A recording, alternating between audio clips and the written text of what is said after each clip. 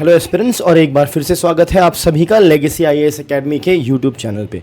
इस न्यूज़ में आज हम डिस्कस करेंगे 8th पे कमीशन के बारे में, जिसे मिल गई है परमिशन, जिसके टर्म्स ऑफ रेफरेंस जो है वो बेसिकली हो गए हैं अप्रूव्ड। हम समझेंगे कि इसका क्या मतलब होता है गवर्नमेंट एम्प्लॉयज़ के ऊपर, और एग्जामिनेशन के पॉइंट ऑफ व्यू से जो भी चीज़ें ज़रूरी है वो सारी चीज़ें हम डिस्कस करेंगे विथ रिस्पेक्ट टू 8th पे कमीशन इन दिस लेक्चर।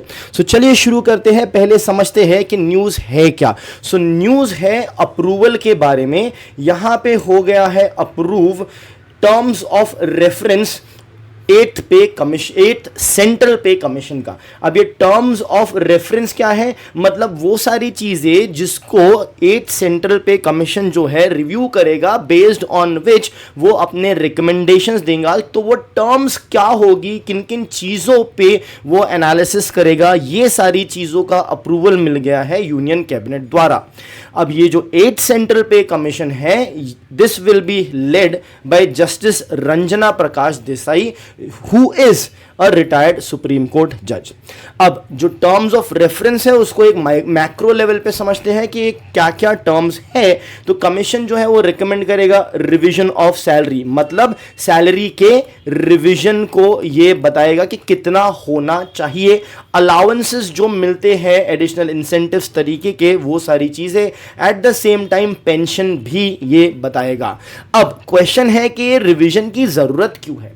अब देखिए, जब भी आप किसी नौकरी में आते हो तो आपका हर साल या एक फिक्स्ड टाइम पीरियड के बाद आपका प्रमोशन होता है, आपका इंक्रीमेंट भी होता है, मतलब आपकी सैलरी बढ़ते जाती है। वो सैलरी क्यों बढ़ती है? क्योंकि आपका ओहदा बढ़ते जाता है, आपकी रिस्पॉन्सिबिलिटी बढ़ती जाती है, तो आपकी सैलरी भी बढ़ती जाती है। आपका स्किल सेट सब बढ़ता है तो आपकी सैलरी भी बढ़ती है। तो ये जो इंक्रीज होता है सैलरी का, वो तो इसीलिए होता है कि अब आपका एक्सपीरियंस ज़्यादा है, पोजिशन हाई है, स्किल सेट ज़्यादा है, so on and so forth. But मान लीजिए आपने as a junior engineer join किया था 2011 में, राइट, बट अब एक जूनियर इंजीनियर मान लीजिए ज्वाइन करेगा 2025 में। तो क्या 2011 के जूनियर इंजीनियर, जब आपने as a junior engineer join किया था, उसकी सैलरी और 2025 में ज्वाइन करने वाले जूनियर इंजीनियर की सैलरी क्या ये सेम होनी चाहिए? एब्सोल्युटली नहीं, बिल्कुल नहीं। ऐसा क्यों? ऐसा इसलिए क्योंकि मार्केट में होता है इन्फ्लेशन। इन्फ्लेशन की वजह से चीज़ें हो जाती हैं महंगी, और क्योंकि चीज़ें महंगी होती रहती है, इकोनॉमी आगे बढ़ती रहती है, सरकार के पास रेवेन्यू भी बढ़ता रहता है, लोगों की एस्पिरेशंस बढ़ती रहती है। तो ये सारी चीज़ों को नज़र में रखते हुए आपको ये जूनियर इंजीनियर की सैलरी और हर एक पोस्ट की सैलरी इनफैक्ट रिवाइज करने की ज़रूरत पड़ती है। तो होगा ये कि जूनियर इंजीनियर जो 2011 में था, ऑफकोर्स आज 14 साल बाद तो बहुत ज्यादा पैसे कमाएगा, बट जूनियर इंजीनियर जो आज ज्वाइन कर रहा है 2011 के मुकाबले, उसे भी ज्यादा पैसे कमाने चाहिए। तो ये सैलरी कितनी रिवाइज होनी चाहिए, किस लेवल तक होनी चाहिए, ये सारी चीजों का डिसीजन लेने के लिए हम लाते हैं जो है अपने हमारे पे कमीशन को।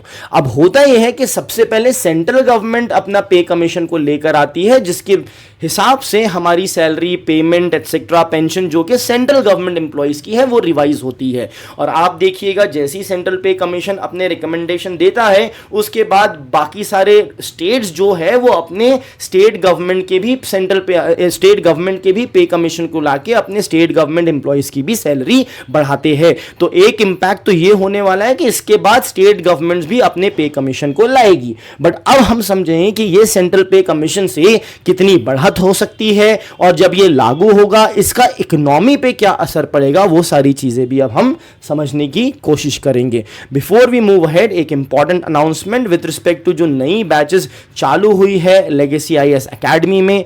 अभी भी आपके पास समय है 25 अक्टूबर वाली बैच ज्वाइन करने का, क्योंकि सिर्फ इंट्रोडक्टरी क्लासेस यहाँ पे इन दोनों बैचेस में हुई है। सो आप ज्वाइन कर सकते हैं लेगेसी आईएएस एकेडमी में, जहाँ पे मैक्सिमम बैच साइज है सिर्फ 40 स्टूडेंट्स का, और आपको जो एक्सपर्ट फैकल्टीज है यूपीएससी सीएसई में, वो आपको पढ़ाएंगे, गाइड करेंगे, मेंटोर करेंगे। अब आप जब एनरोल करते हो बहुत सारे एडवांटेजेस आपको मिलते हैं। कुछ एडवांटेजेस आपके स्क्रीन के सामने है, जैसे comprehensive coverage of syllabus, 1-on-1 mentorship जो कि बहुत ही महत्वपूर्ण महत्वपूर्ण है। डाउट सॉल्विंग और regular interaction with the educators, आपको daily mains answer writing practice भी दी जाएगी, and of course test series for prelims and mains both.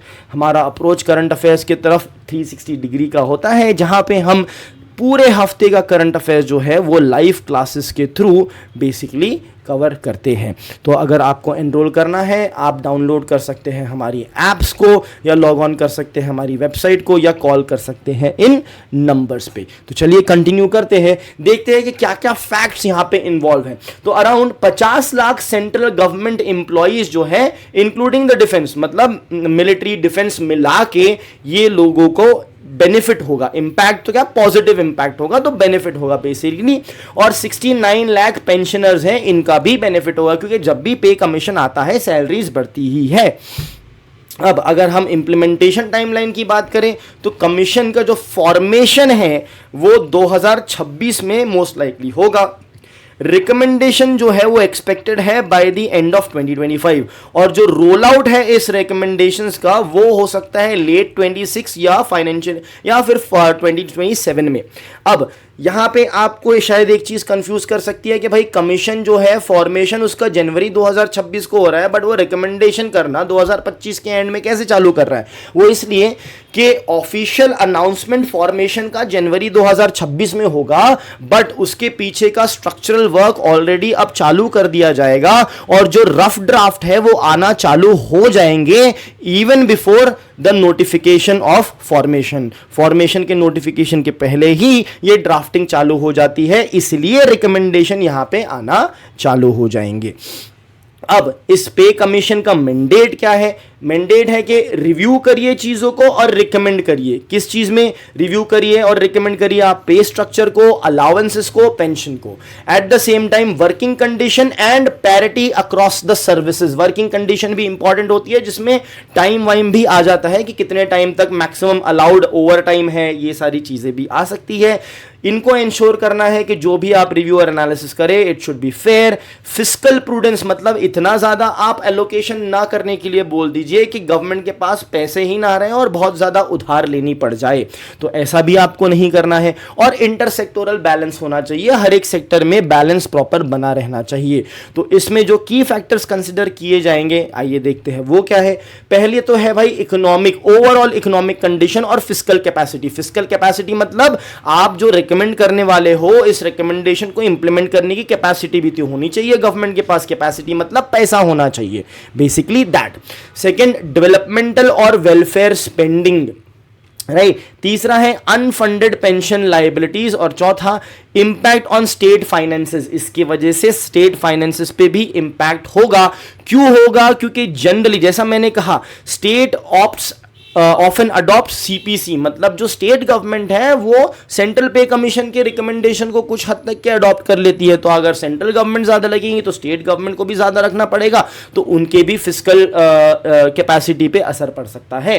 Parity with CPSUs and private sector pay levels, तो यहां पे चाहिए कि हम हमेशा से रहता है कि भाई सरकारी नौकरी में सिक्योरिटी रहती है, बहुत सारी चीजें रहती है, बट कहीं ना कहीं सैलरी कम होती है, प्राइवेट सेक्टर में सैलरी ज्यादा होती है।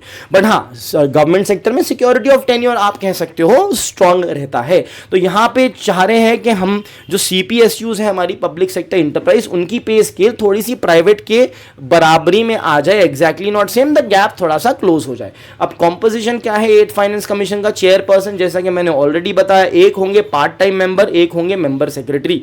Now they may support interims report before final submission. Of course final submission के पहले इंटरिम रिपोर्ट आएगी उसको, जिसको गवर्नमेंट फिर से रिव्यू करके फाइनल डिसीजन, फाइनल रिपोर्ट में कन्वर्ट करवा सकती है।